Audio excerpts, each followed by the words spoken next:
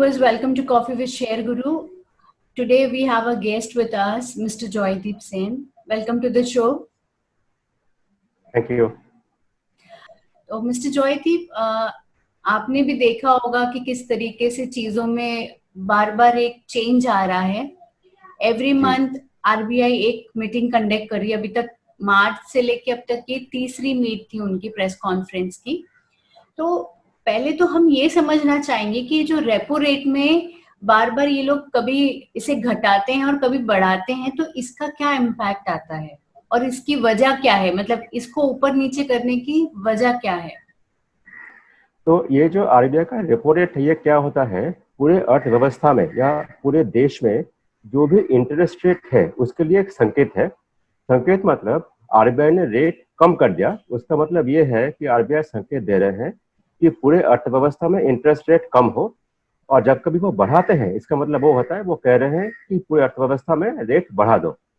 तो इसका इम्प्लीकेशन क्या है? इसका इम्प्लीकेशन क्या है कि जैसे अभी का माहौल है, ग्रोथ कम हो रही है, लोगों के हालात खराब हो रही है। तो इकोनॉमिक थ्योरी ये कहती है कि अगर इंटरेस्ट रेट कम हो जाए तो आपके लिए अच्छा है। अच्छा क्यों है? अगर आप बिजनेस में है और अगर आपको लोन लेना है तो भाव कम हो गया, आपके लिए अच्छा है, कम हमें लोन मिलेगा। अगर आपको लोन लेना है पर्सनल कुछ काम के लिए, कुछ घर खरीदना है, गाड़ी खरीदना है या कुछ पर्सनल लोन लेना है, तो भी आपके लिए अच्छा है क्योंकि आपको कम भाव में लोन मिल रहा है। और इकोनॉमिक थ्योरी ये कहती है कि आप जब लोन लेते हैं और उसका इस्तेमाल करते हैं, वो पूरे देश के लिए अच्छा होता है क्योंकि आप पैसा लेते हैं, खर्च करते हैं और आपको खर्च करने के बाद किसी और को उसका फायदा होता है और जो पहिया होता है अर्थव्यवस्था की वो चलती रहती है। तो अभी जो हालत है चैलेंजिंग सिचुएशन, इसीलिए आरबीआई रेट कट कर रहे हैं कि ऐसे पैसा कम भाव में मिले, लोग पैसा लें और खर्च करें और देश की पहिया आगे बढ़ते रहे। जी, तो अगर हम और चीजें जानने की कोशिश करें, जैसे ईएमआई का फिर से 3 महीने का एक एक्सटेंशन बताया जा रहा है कि वो और एक 3 मंथ्स का और एक ओवरले टाइम बनाना चाह रहे हैं ताकि ईएमआई की जो रिलीफ है लोगों को वो हो जाए। तो अभी तक इसको इम्प्लीमेंट नहीं किया है। क्या ऐसा करने से सही में ये एक रिलीफ बनने वाला है या आगे चल के कुछ परेशानी दिखने वाली है?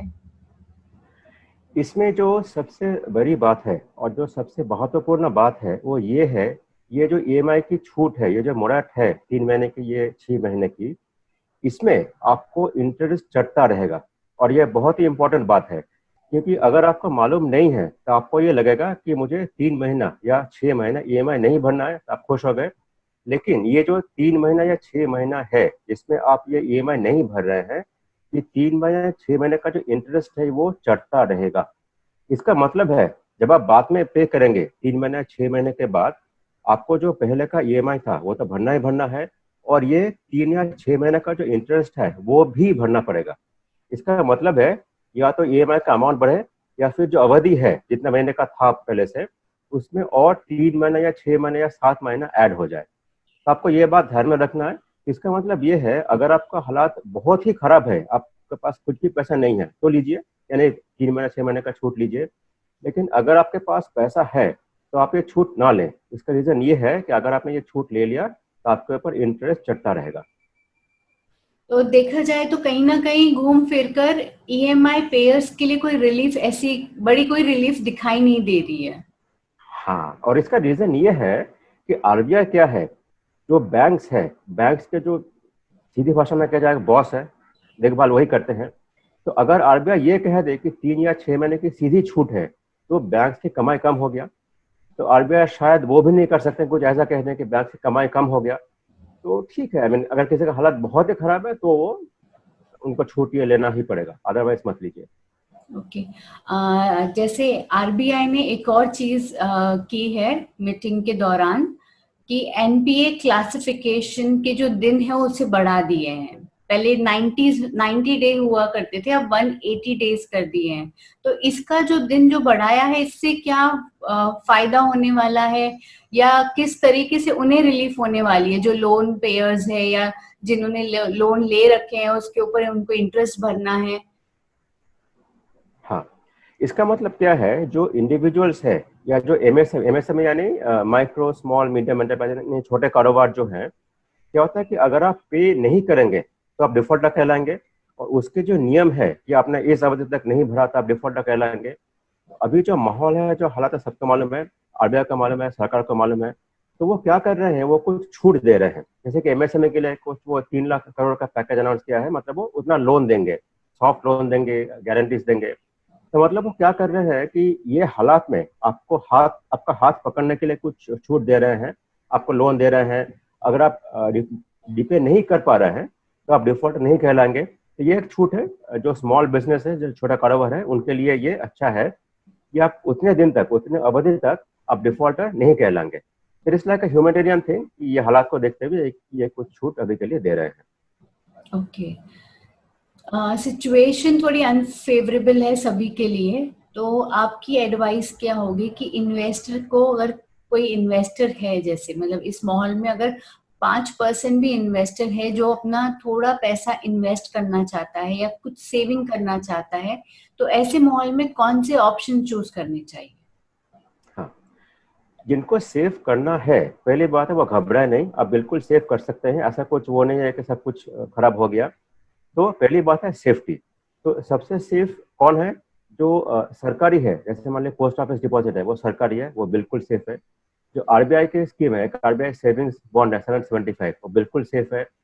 कुछ एक स्कीम चल रही है प्रधानमंत्री व्यय बंदना योजना, वो बिल्कुल सेफ है।